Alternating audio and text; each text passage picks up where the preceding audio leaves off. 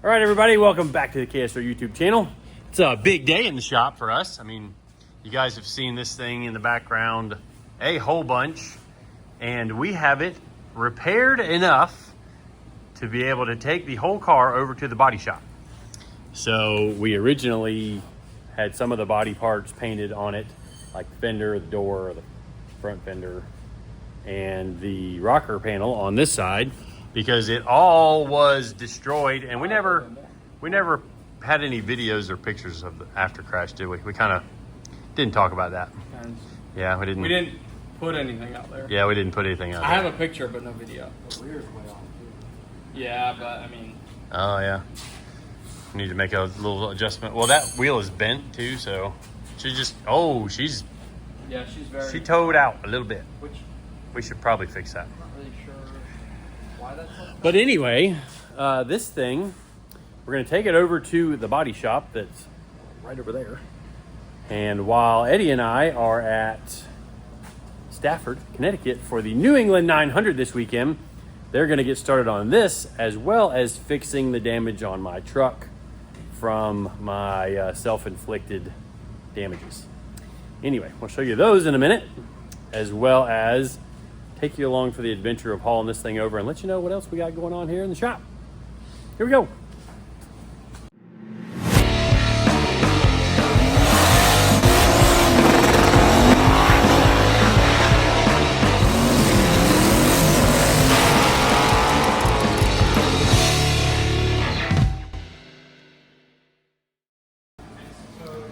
All right, well, like I mentioned before the intro, Eddie and I are headed to the New England 900 this weekend at Stafford Speedway. And the way it sits right now, I'm undefeated there. Like, in Crown Vic races, don't look at me like that. It's not very nice. You can't say undefeated if it's just been one. Yeah, yes, I can. You can't say that. Is it technically true? It's technically true, but it's just a cop-out. No, not a cop-out. Fine. Facts. Fine. Anyway, we're going to try and keep that streak going this weekend, which, I mean, why not? Just one Indy. And so we had a really good time at Stafford last year. Didn't have the best car, but thankfully we were able to get into a backup car because my primary was not in the greatest condition. But anyways, we're going to have WireCare and Holly EFI on the car this weekend, or really just Holly in general. They are helping us out as far as getting all the way up there and handling all of that, as well as the burnout car is already shipped up there. And hopefully we can end up in the money in the burnout class, the naturally aspirated pro, or pro naturally aspirated burnout class. Anyways, but if you didn't hear in an earlier video, at the event this weekend, the first person I see on Friday with KSR merch on is going to get something special from us. Maybe a little bit of merch, maybe a Visa gift card worth more than... Crisp high five. Crisp high five? No. I'll give him a crisp That's high what I five. give you every day to make you feel better. See? Oh, I was going to do something else, but I probably shouldn't. Not on camera. Shouldn't do that hand gesture on camera. Oh, okay, yeah. Or but a finger gesture. We're gonna do that on Saturday as well. Maybe sprinkle in some extra stuff, but we will have the merch tent set up for both Friday and Saturday is the current plan. See how everything goes. Excited to see everybody that's at Stafford. It was an awesome event last year. We barely got there with all of the plane problems that happened last year with the network going down for all the planes. So we couldn't get out of Gainesville and had to rush down to Orlando to catch a flight that basically got us there 15, 20 minutes before qualifying started. But actually, here's one of the things we're going to be bringing to Stafford to sell. Spark plug's not included, but it's a little thing that we found on the internet and put our own little twist on it. Got a little KSR logo on the front, 4 times Crown Vic champion. That was my idea. But Eddie did the CAD work. Yeah, I did. Good job, Eddie. Thanks. But then put some felt on the bottom. Magnets are strong enough where they stay in. And as well as it's got magnets in it so it stays there. So if you, I mean, not that we would recommend it, but you could stick it to the bottom of your hood. Why would you ever want to do that? But it is cool. I mean, if you want to carry your spare spark plugs with you on your gas tank, you know, you could. It probably wouldn't be suggested because probably down the road like that. A real big bump would probably knock them off. I mean, takes a little bit of force to get them off. Put it on the underside of the burnout car. Yeah, that would be an interesting test. But we're going to bring a few of these as well as a couple other little trinkety things that we've printed on our 3D printer. Oh, let me show you something else we've printed on the 3D printer. Oh, the wiper's hitting the ground. TJ, have you seen the trunk latch for that? So, one of the things we've been doing while we've been working on other parts of this car, because we just... What were we waiting on this thing? I don't know. Well, we didn't have a radiator. We just got a radiator, even though we don't really need it. We were going to wait on the crash bar in the back. Yeah, we still don't have that. We decided to just put it on there. So we can take it to the body shop. Take it to the body shop. But one of the things we're doing to another car is we are converting the car to use AP Racing endurance calipers and rotors. This brake system works good, but like any kind of racing thing, you're always trying to make stuff better. And if you look into a lot of real professional road racing, you will see AP Racing rotors, calipers on a lot of factory cars, like the factory like GT3 or any of the real high-end cars, at least in my opinion. But they don't make a kit that bolts the AP calipers to a Viper. So we are coming up with our own kit, and you can see Eddie's printed off some different adapter mounts that we're going to have to do some revisions to once we get her close enough. But this was a mock-up piece for the front, and then we had two different spacings we could work with for already available rotor hats, because we already do run AP rotors, Go for it. but with the caliper, oh, that thing's about empty. We're going to be using the same rears, but with a different hat in the middle. So the aluminum part there is the hat that bolts the rotor, the wheel.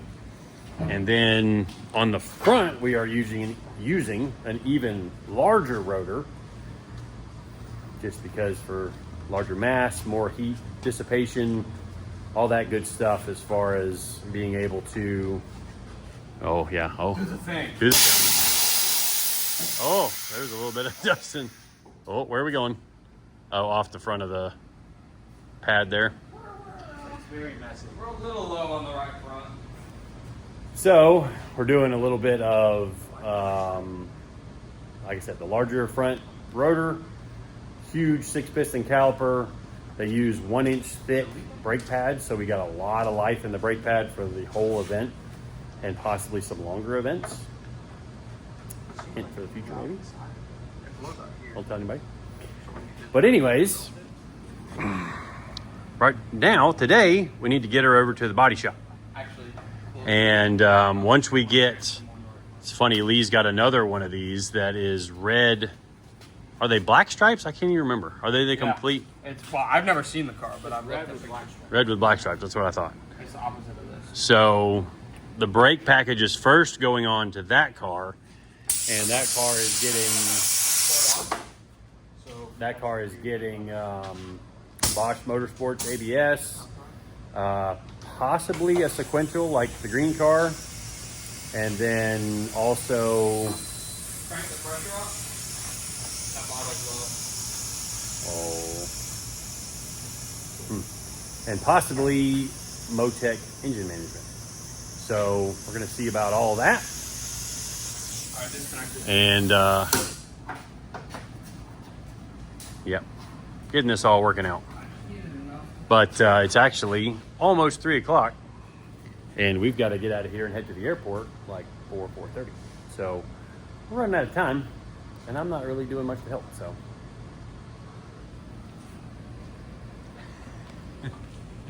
What was that? I'm out here shoulder deep in a Viper. whoa, Whoa. All right. Well, anyways, it's time for us to try to get this thing down and over to the body shop, and we'll show you the damage on my truck, as well as maybe go over some of the stuff we've done on the Camaro a little bit. But anyways, yeah, back in just a minute. We're back here in the dining room grabbing a ratchet strap, but this thing made some progress on it. Yeah, smooth the back out, and it needs a final sanding, and then I think it's getting color next week. Green car's up there for some adjustments. We still had some issues with that throttle body thing, so we're thinking maybe it's a programming issue as well as the unit itself, but you kind of see some of the shrapnel left over from how the front bumper gets modified. You know, and that's the thing with something like this. It may look just like a stock car, but behind the pieces, there's a lot of modification that happens with like some ducting that's up in there in the front end. That's been, you know, that got damaged a little bit, as well as like there's some panels up in the wheel wells we're gonna have to remake. The headlights are already over at the body shop because they had a bunch of pitting and stuff on them, as well as some damage from the tire wall. And to let you guys know how deep this thing was in the wall, like you can see that right there, that's from the tires. That it, you know, when the tires are all stacked up beside the track, get right there too. So, but this side of the car is all back new, fresh, except for that panel that was in there. We don't really need to put that back on. Uh-oh. They're not gonna come out, are they? Yeah, it's on full air jack. Why didn't you just use the floor jack? Because why use a floor jack when you have air jack? Because now you're having to use both because it wasn't enough. Story of my life. Oh, shoot. But there's even like this crash bumper right here that gets a bunch of holes drilled in it. Same with the one in the back of the car, to remove weight from the extreme ends of the car. It's kind of something we've always done with these things, and we're trying to get the car down to certain weights. Actually, we try to get it well below the weight for the class, so that then we can add ballast in spots that are advantageous for us at different tracks. Like some tracks we might want more left side weight, or more right side weight, or more rear weight. So the car has plenty of front weight with the big V10 out front. But anyways, Eddie's making a ton of noise with that thing.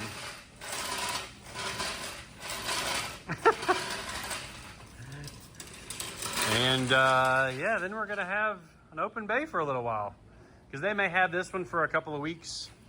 I told them just they're gonna try to get it in kind of between their other jobs that they've got over there, but it'd be nice it's out of our hair for a little while. And then we will be working on this, as well as Ralph's El Camino is coming in. The Corvette, we're still waiting on some parts. Like we got it up and going where it runs and drives. And then Grant and Chuck wanted to go ahead and get the body work finished on it, except we don't have the front fenders. And we kind of need the front fenders to mount the nose piece. And we need the nose piece mounted to mount the front splitter. So Grant did order us a wing, and we're waiting on the rear wing to come in and its mounts. So we will be putting that on, as well as starting to work on the rear diffuser when we have time. But anyways, I'm yapping.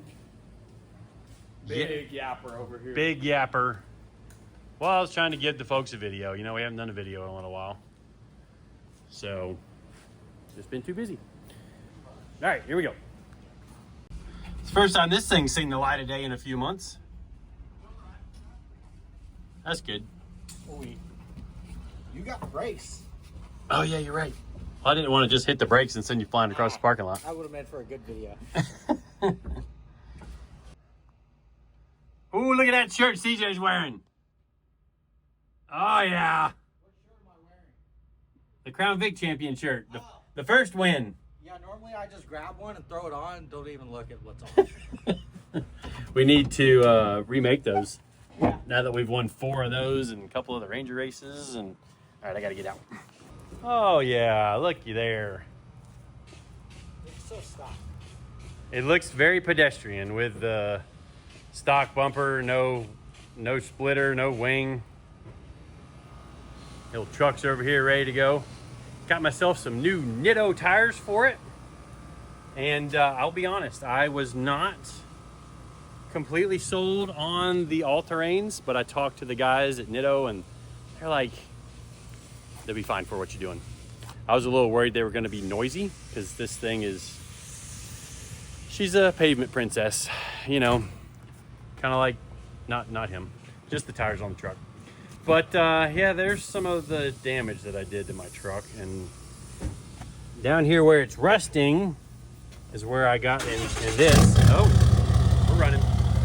So that's where I got the concrete pole at the Jacksonville airport in the middle of the night after coming home from a race. And then the stuff up higher is where I folded my girlfriend's mirror over on her Audi. And yeah, I tore my truck up and her car more. Man, that's a good looking truck. I mean, maybe I'm a little biased, but pretty good looking truck. I'm proud of my truck. It's the first new vehicle I've ever bought. Probably gonna be a while before I buy another one because I got a race car to build. I wonder if he's gonna drive the truck or am I gonna drive the truck? What'd you say? Huh? What are you talking about? I said I'm driving this because it's got AC and you're driving that. I'll drive the race car. Okay. We good? Now, if it ran and like we were going out to the firm, I would want to drive. Yeah, I guess I can drive this. Okay. So, got the bumper in here already? Yep. Yep, we got the old back bumper in there. I guess let's go to the paint shop.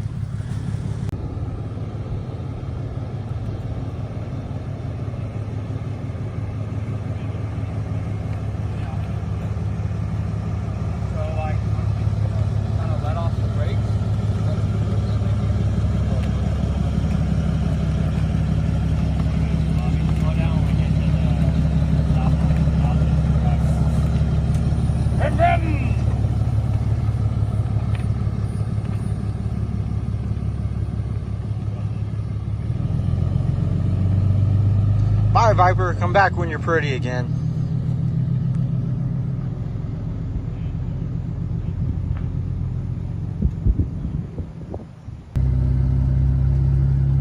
So if you guys are ever in a situation like this where you're flat towing a car, the car in the back should always drag the brakes just a little bit. You can see I got some foot onto the brake pedal here, so that way the strap always stays tight. Same for if you're being towed off a racetrack. You don't want to get the bouncing going on with the strap, and it can break stuff. And let me see, figure out what we're doing here. Hey, that's good. It's good. So over here, one of our neighbors, Automotive Super Sports, they do a ton of paint and body work, and they're gonna.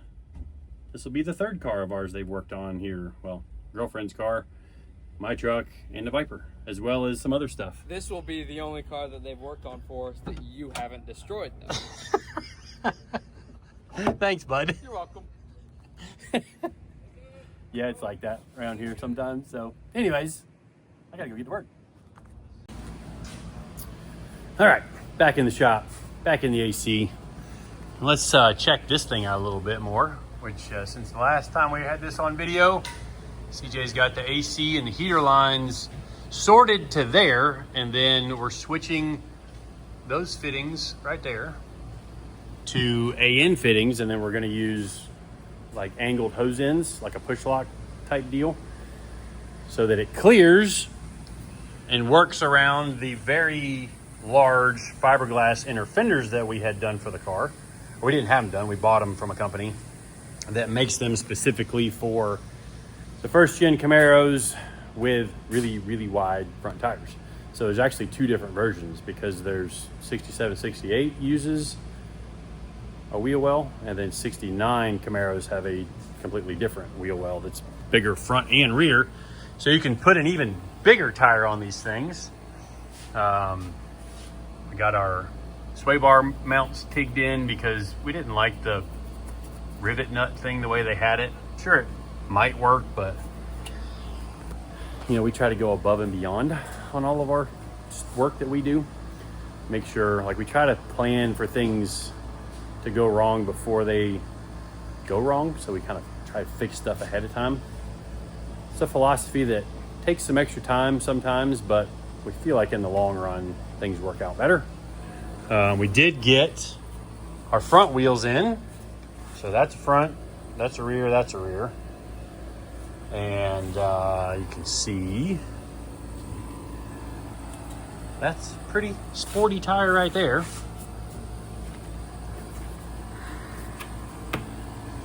And then the fronts, get in there.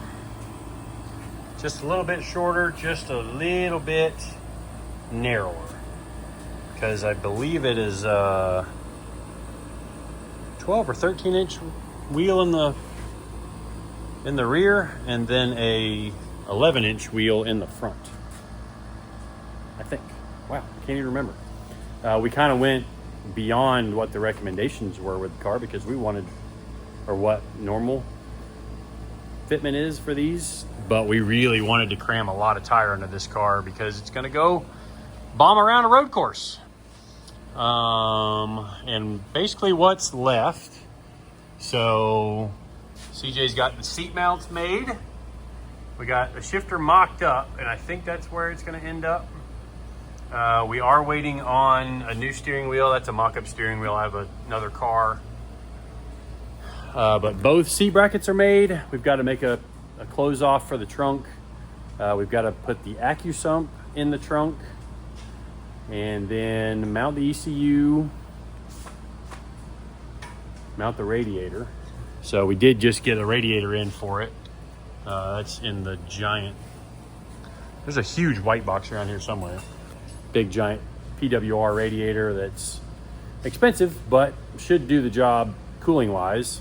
And it's interesting, at least it just popped into my head that it's interesting. Like a few years ago, or a couple years ago, I did a video on a $2,000 radiator or something like that.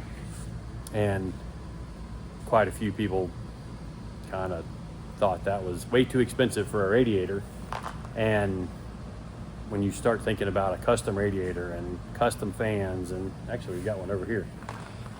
Just an example where, say like this one, we've mounted the water pump directly to the radiator, and then we've got our mounting tabs on the radiator, and then we made these custom to fit into spots onto the car, and then we like welded a bung on it for the pressure or the air bleed back to the expansion tank, welded AN fittings on it there, custom made the shroud, mounted our wiring to this board. So something like this, especially with the Delta Pag fans on it, all in all, labor, parts, that's probably a $2,500 radiator. Look out. And that's just the way some of this custom stuff goes.